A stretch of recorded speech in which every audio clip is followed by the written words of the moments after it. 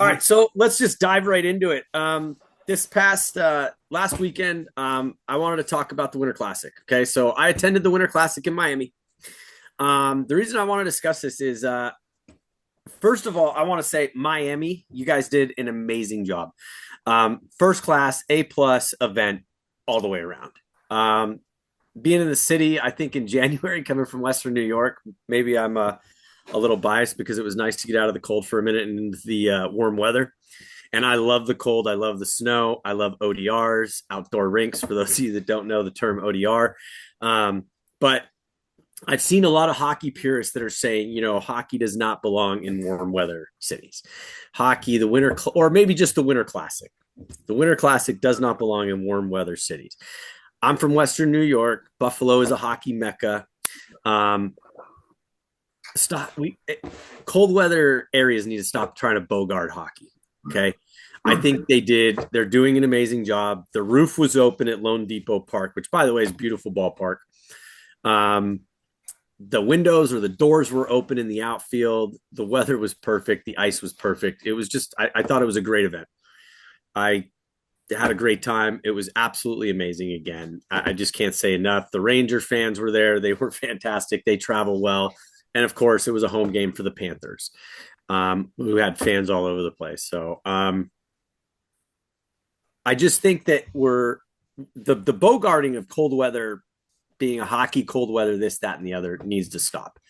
Right now, you look at the Eastern Conference, the last 6 Stanley Cups for the Eastern Conference have gone through Tampa and Florida, including 4 cups.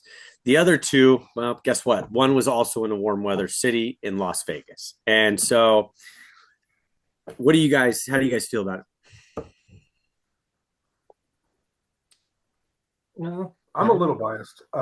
Coming that I currently live in a state that just currently is the newest state to lose a hockey team. Yeah, being in but Arizona sucks. Yeah, it sucks.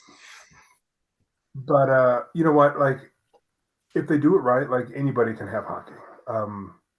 There's no way that it should be a cold weather thing. If they're going to go that way, then I think that we should go to like the Arctic Circle next year and really show them what cold is. Well, it's in Utah. It's in Salt Lake City, which, is who took Arizona's team away. Nick, Brandon, I've talked to you guys at length about it. Arizona, it just failed for so many, a plethora of reasons, obviously. A lot of the fans there say when they moved to Glendale is what really killed it. Nick, we've talked in length about this. Like, you and I used to go to games there all the time. It was just empty. It was always so empty. And it's just unfortunate because Glendale, that arena was beautiful. Yeah. You don't realize the distance. Most people don't understand the distance it is from Phoenix just to get to the state. I mean, just from Phoenix alone. I mean, it's what, a 40-minute drive from Phoenix to get to Glendale? Yeah, well, and they said most of the fans were in the East Valley. But here's what I want to bring up about that, Steve, is that Mullet Arena, ASU seats 5,000 fans. I went out there, and there was 3,500 fans at Mullet Arena. They couldn't even fill that.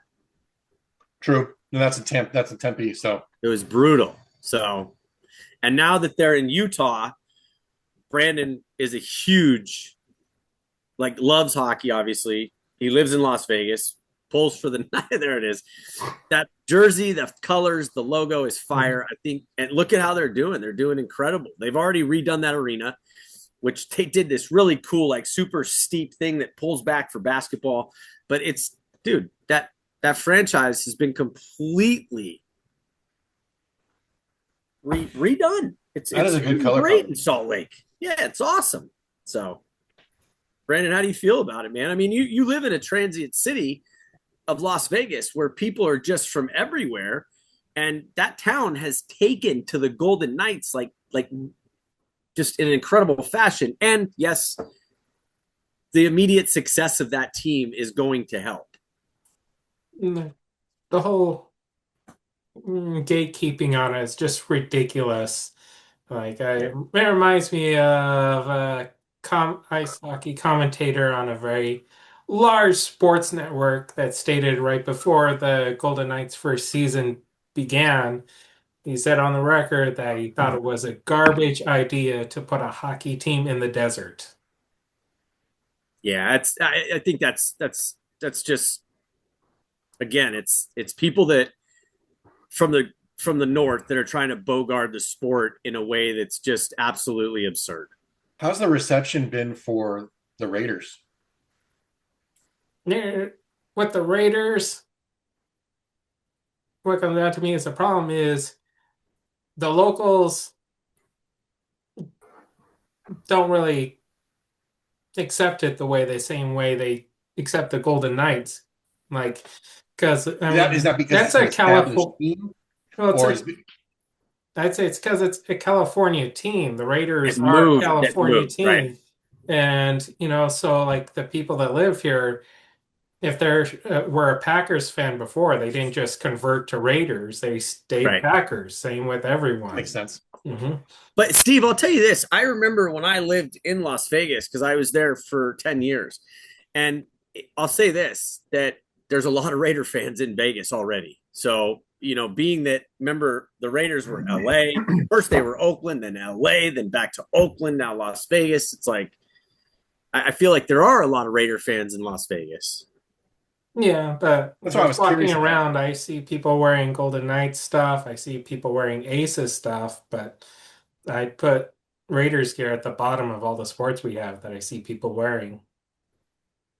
It's been a Wow. decade since I've been to the West Coast, so I was just curious on how their reception was Mhm. in Las Vegas. I have them moving there recently. Yeah. So it just needs to stop with the whole bogarting of the Winter Classic. It is going to Salt Lake City next year. They're playing in the Utah Utes football stadium. I think that's going to be a great event. There's a solid chance I'm going to try to go to that as well. But it's I'll definitely be there. yeah, and it's going to be against the Avs, correct? That has been confirmed that it is against the Avalanche. So that's going to Yeah. be a great game. Moving on, speaking of the Avs, that what that team's doing right now. They're 19-0-3 at home and 33-4-3, I think, or 4. I thought it was 4 or 5 losses. Yeah, That's absurd. It's insane. They're just so good. They're just what it's somebody that four played losses. They're hockey. 33 wins, 4 losses, and 8 overtime losses. It's that's insane. When you play on a team like that, especially in the sport of hockey, and you're vibing like that, guys, that room is just they are having too much fun. There's to be the best in the world already. 74 points. Yeah, it's absurd. Now we know everybody that watches hockey understands that um there is the President's Trophy curse. Yeah. The Red Wings got eliminated by the Sharks in 1994 in the first round. That was a great moment for San Jose hockey. Not so great for the Detroit Red Wings. Hey, Nick. And then that was a President's Trophy first round exit. And then so we know that when you're that hot for that long, we'll see if the Avs can carry it once the playoffs do happen. So that's man, they're playing good. There's some really really great I didn't teams realize right that they were now. the. I didn't They're realize that they were the 19 only and 0. team to break 30 wins. Yeah, Nick, it's the Avs are just absurd right now. And then there's the young kid in San Jose, Macklin Celebrini, who's literally dragging that team into a playoff spot. Right now, if Macklin Celebrini doesn't have a point, the Sharks are 0-8-2. So the only games that he hasn't got like at least an assist, they don't win. The next closest player is Tyler Toffoli with 32 points and Alex Weinberg with 32 points. So you add the two guys that are tied for second on the team in points, and they don't even reach Macklin at 70 points right now. They have another young kid, Will Smith, obviously, who would have been, I think he would have been at like maybe 45, 50 points as well. The kid's also a stud. But Yeah, he's leading in goals, assists, and points. Steve, he's so good. It's insane. Like watching him skate, it's not like watching like when you watch Nathan McKinnon or Connor McDavid skate, you're just like, there's just that power. But Macklin just looks so smooth. It's really fun to watch Macklin Celebrini. I'm looking forward to seeing him. I will be headed out to Detroit tomorrow morning to go see the Sharks play the Red Wings at Little Caesars Arena. Haven't been there yet. Obviously, went to the Joe long time ago, but I'll be excited to be in the building to see Mac play, and then I'll report back to you guys. And it's something else, man. I know Connor McDavid is obviously the best player in the world, maybe ever, and that's not taking anything away from Gretzky, because Gretzky said himself he thinks Connor McDavid's the best to ever do it. But it's just Macklin might be the future of that league. So, like what's going on in San Jose, I think they've them even Montreal, I think, is going to be a really, really good team. I think Philadelphia is up and coming as well, since they got Trevor Zegras as well. So it's interesting. A lot of good hockey. I also think Las Vegas has been interesting, Brandon, since they got since they got Mitch Marner. They just haven't gelled yet, man. What do you think? You think that's going to happen? Yeah, I think that's going to happen. I think their biggest issue right now is just needing some consistent goaltending. Okay. They've had issues there. Yeah, that's fair. I mean, I think that's what cost Vegas in the last couple. Yeah.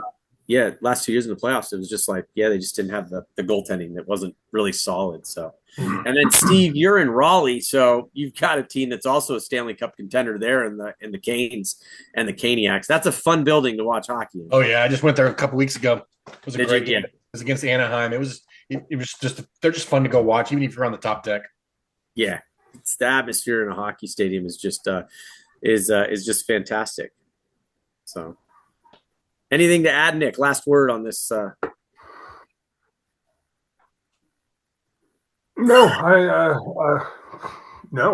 I don't. I mean, obviously, I don't have the knowledge like to dive that deep into San Jose Sharks, but I'm looking forward to hockey this year. It's been a great start to the year. My Red Wings are doing well. Not as good as some other teams, but we'll see what we can do. Like we've had a long time since we've been in the playoffs. Honestly, Detroit's another one, man. They're starting to come around. I know they've been rebuilding, kind of retooling, but I like the Red Wings. I like some of their young talent as well. So I do. I feel like they really need to work on that now. Kind of like an Ovechkin situation. Like if you were to get Larkin a cup, like they gotta hurry up. That man's getting old. I got you. Yeah, honestly, it's really interesting. So I think my youngest daughter just turned into a hockey fan. I know you did. I think she actually every time that the Canes are on now, she's got to watch them. Awesome. That's awesome. Make it a household thing. Not a boy. Yep.